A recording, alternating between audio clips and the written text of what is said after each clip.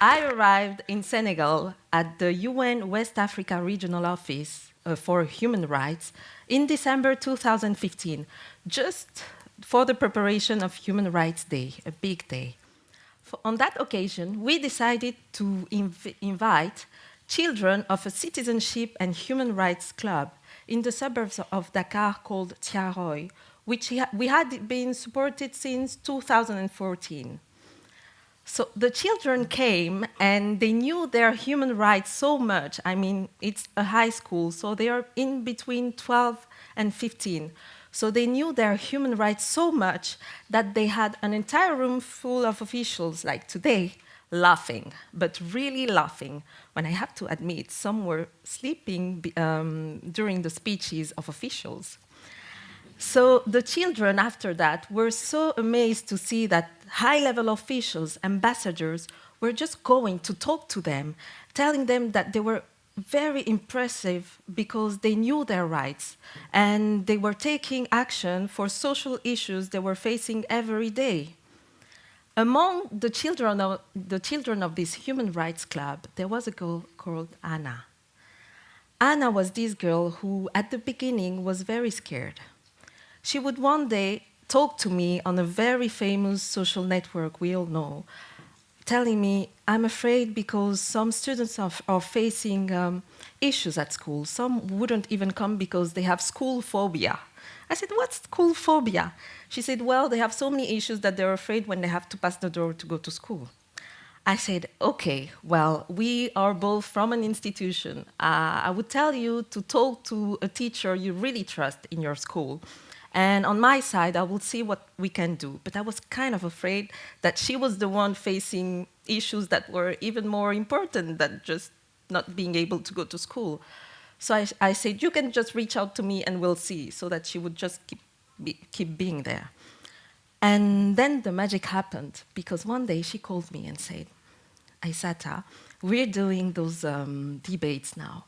I'm talking to the 200 people in my school, even 2,000, I think. I'm talking to them and telling them, look, because you're pregnant, it doesn't mean you don't have to continue struggling and going to school. So she became the go-between between the school and our human rights project. And it didn't stop just there. From 20 in 2014, they grew up to 90 members in the Human Rights Club in just 2 years. And now, one day, Anna called me to invite me at her end of school year party, and she was now hosting it. And then I just remembered that at Human Rights Day, she had told me that she wanted to be like me. At that time, I didn't quite understand what she was meaning. But I saw her then on stage and saying that she's hosting the ceremony and presenting the debates.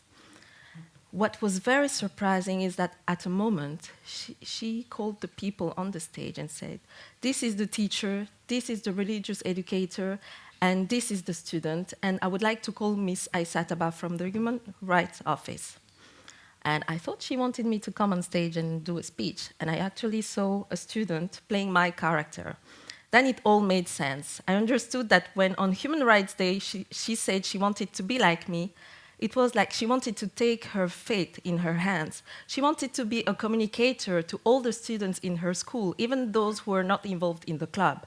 And she wanted to make something of her life. At that moment, I realized she had become me, but most importantly, I had become her again. I had become this girl who fled Mali at the age of 5 to go to France, and who was facing people who appeared different from me. But in fact, I always had the sense that we were all equal. And maybe this is why I always wanted to just travel, meet a lot of people, talk a lot of languages, and maybe talk these different people that we are all the same despite our differences. And now, when I met Anna, when I went at the United Nations Human Rights Office in Senegal, I was able to do all that. So today, I want to tell you, governments, companies, people, that when you help a volunteer like me, you're not only helping one person, you're helping a girl like Anna. You're helping the 2,000 students at her school. And then they would be able to pass the word the word onto other people. So please keep continuing what you're doing. And as we say in Bambara, most spoken language in Mali and in other countries in West Africa, Aoniche. Thank you.